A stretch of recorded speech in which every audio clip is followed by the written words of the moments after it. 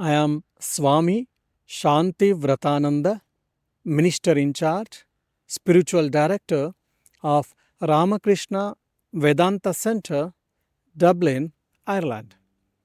So, I am the spiritual seeker and I would like to experience the divinity or God or the ultimate truth. Now, how did I come to contact with Vedanta? When I was at the age of 14 years around, when I was a student, I met a monk and I heard one or two talks from him. I got motivated, and while discussing with him, he gave a book on life of Ramakrishna. When I started reading his book, I got inspired, I got motivated, and I thought I will lead a life of spiritual life where I can dedicate my life to divinity or experiencing divinity. Then slowly I started reading books, and that's how I came into contact with Vedanta and Sri Ramakrishna, Sharda Devi, and Vivekananda. Vedanta is the finest philosophy, or it can be said it is a pinnacle among all the philosophies. Why? It tells about the ultimate truth based on reason, based on logic, based on experience, and of course, Vedas. So, what does Vedanta says actually? Vedanta's main intention or the main aim or goal of Vedanta is to experience oneself, to know, to experience one's own true nature. Now, what does it mean? If I ask, who am I? I will say, I am Shantivratananda, I am an Indian, I am minister in charge. All these things we can keep on explaining by giving our biodata, our CV. These are all external paraphernalias. In reality, I am that self, Sat Chit Ananda, or I am that Atman, Brahman, or consciousness. So, what is that Brahman? It is called or explained.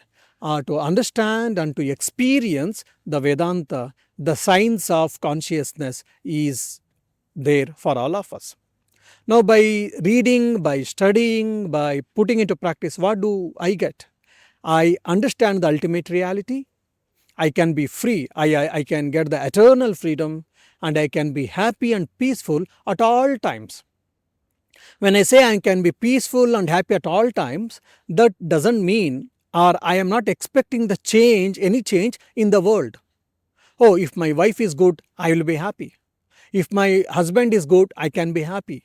If my colleague is good, I can be happy. That's how we think. So my happiness is depending on someone or depending on circumstances or situations. Basically, it has got terms and conditions. Now Vedanta asks, the real happiness is in you, it is your real nature, it is self-dependent or independent from anything. So it is full of freedom, full of peace, full of happiness and completeness. That's the reason I get admired, I get mesmerized by Vedanta. So in another way, what is Vedanta if you ask? I define Vedanta as science of infinite possibilities. I would like to become a better man. I would like to become happiest man. I would like to realize the ultimate truth. For that, the Vedanta is one of the path which helps us to reach this ultimate goal. And in Sanskrit they tell, Atyantika dukkha nivrutti and Paramananda prapti. What does it mean? The cessation of complete suffering and attaining eternal happiness is the aim or goal of Vedanta. Now you tell me, who doesn't want? We all want to get rid of unhappiness. We all want to get rid of suffering. We all would like to get rid of problems. And at the same time, we would like to experience the bliss. We would like to experience that happiness or joy, peace at all times. So that is the aim of Vedanta, goal of Vedanta.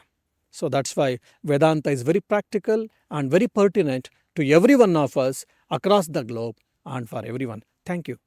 So yeah, Vedanta is a philosophy which comes from our ancient teachers from India, no doubt, from Asia and India especially.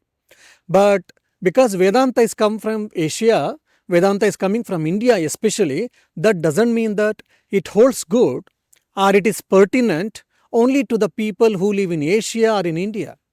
Vedanta is possible or holds good for everyone. Whether you are in Europe, whether you are in Asia, whether you are in Africa, whether you are in America, for everyone, Vedanta helps. Whether you are a Hindu, you are a Muslim, you are a Christian, or you don't belong to any religion, even so, for everyone, Vedanta can help. Now, how Vedanta can be integrated? You can be a monk, you can be a householder, you can be a teacher, you can be a scientist, you can be a sportsman, you can be a fisherman. You may be in any walk of life. For everyone, Vedanta helps. How? By studying Vedanta, by understanding Vedanta, and by putting into practice, you will become better human being. Say for an example, you have got a knife. Knife can be used to cut the vegetables, to cut the fruits, and it can be also used for operation, and also it can be used for killing people. Now, the problem is in the person, not in the knife, a tool. So, Vedanta is a wonderful tool, spiritual tool, which can be used to manifest our divinity.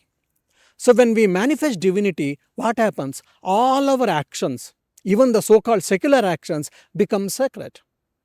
It becomes manifesting the divinity or manifesting the spirituality, manifesting the peace, manifesting the happiness.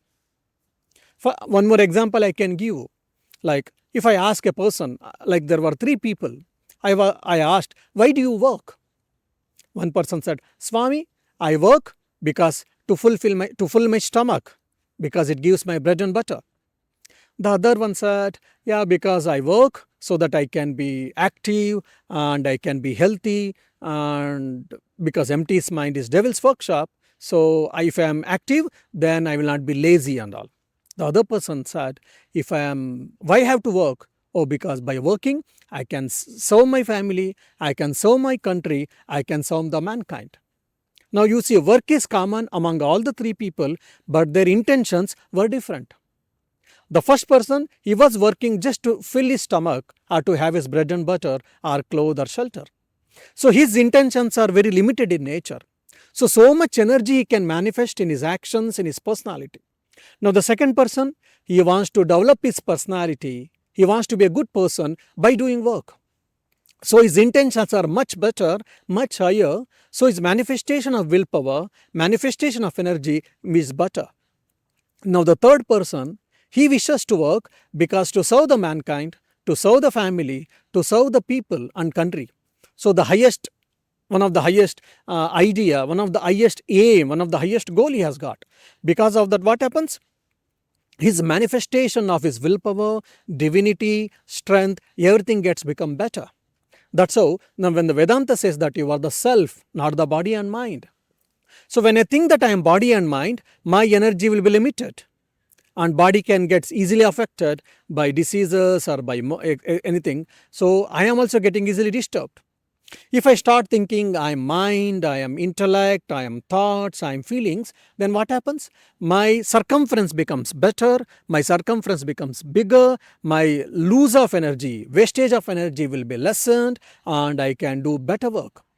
Now when I start thinking I am the self, I am the consciousness, then what happens? I can manifest the work in a better way. Just if I am not attached with my body and I am using my body and mind as a tool, then I will be able to do much more work.